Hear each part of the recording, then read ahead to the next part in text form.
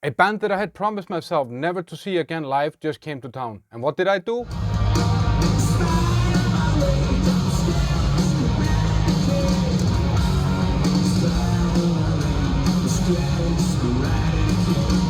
So the Smashing Pumpkins are on their World as a Vampire Tour 2024 and they had a gig here in Prague.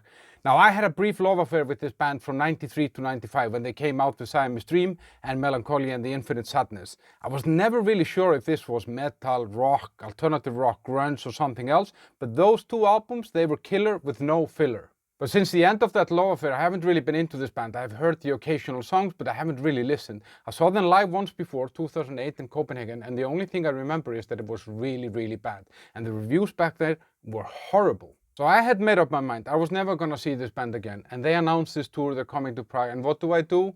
Well, of course I go and buy a ticket, even if this is one of the most expensive concert tickets I have ever bought. Sounds dumb, doesn't it? Well, let's find out if it was worth it after all. So Billy Corgan in 2018 reunited with James Iha and Jimmy Chamberlin, the drummer and the guitar player, and they kind of got the band back together. After years of turmoil, accusations, depression, drug abuse, all this stuff, they somehow managed to get it back together. To complete the lineup for this, they have Jack Bates on bass. He is the son of Peter Hook, who was in Joy Division and New Order, or founded both of those bands, I think, actually. They have Kiki Wong on guitar. She's amazing. She's from Texas. She submitted, along with 10,000 other guitarists, a request to be part of the band for this tour. And they picked her, so she's definitely 1 out of 10,000. And after seeing her live, I think she's actually 1 out of 1,000,000. And then the last one, but not the least one, is Katie Cole. She does backing vocals and some acoustic guitars.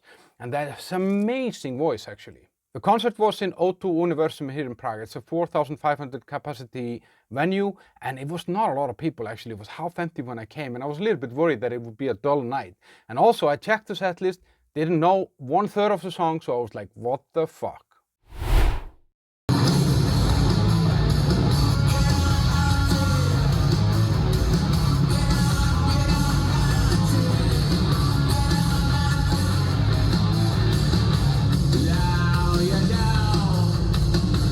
Immediately what I noticed, it was like a wall of sound with those 3 guitars.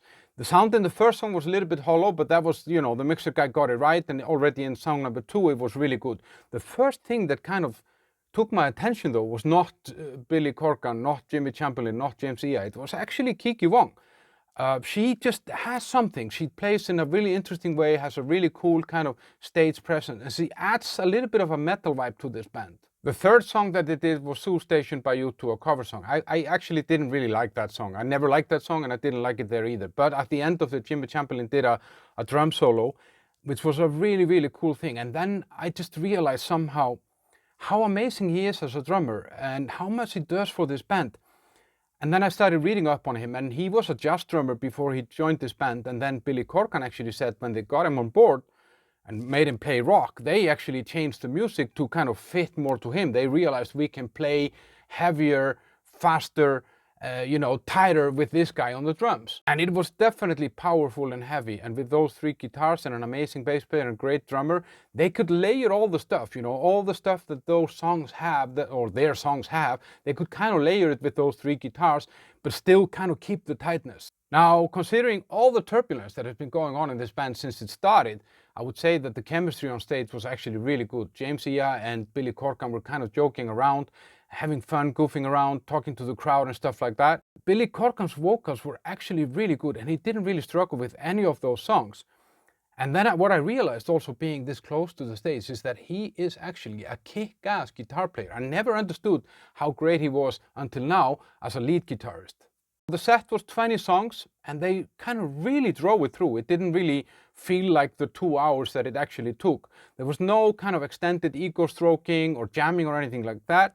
For me, one of the biggest surprises was that how much I actually liked the songs that I had never heard before, which was about 1/3 of the set list. So I will definitely have to go back and listen to some of those albums now. But there were also some killer goosebump moments on this show, and I get goosebumps now when I talk about it. Mayonnaise, Cherub Rock, and Rhinoceros was just amazing. The show and the lights and all that stuff was really, really cool. It gave like an intimate feeling. They had lights and protection, stuff like that. You almost had a feeling that they were playing in your living room somehow, but still with, like a cool living room with disco balls and stuff like that. And the drum kit is on the riser and kind of front in the stage, which kind of makes sense when you have someone like Jimmy Chamberlin on there. If you made it this far in the video, you either fell asleep or chances are that you like what you're seeing. So if you do, then feel free to like this video and subscribe to my channel for more concert reviews, album reviews and interviews.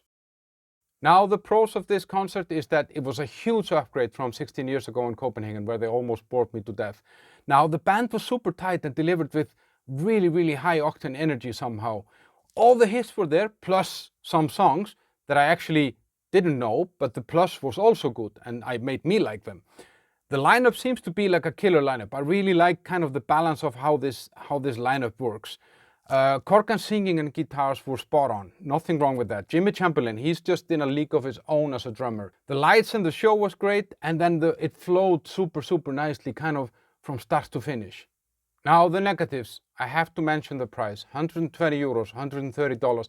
It's not like I sat on stage with the band. I was actually kind of midway in that venue, in seats, yeah, good seats and all that, but 120 euros for this was quite a lot. And that might play into the next negative. There was not enough people there, maybe half, maybe 70% of the venue was filled. And I get that because this was very pricey versus whatever else we get here.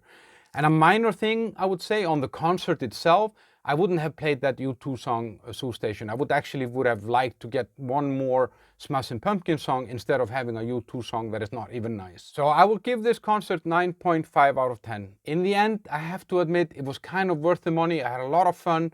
It was a great evening. And I can definitely recommend that you go and see them. And I would like to tell you also about a great show that I saw the other day. That's here, Alice Cooper. I saw him and that was a huge surprise to me.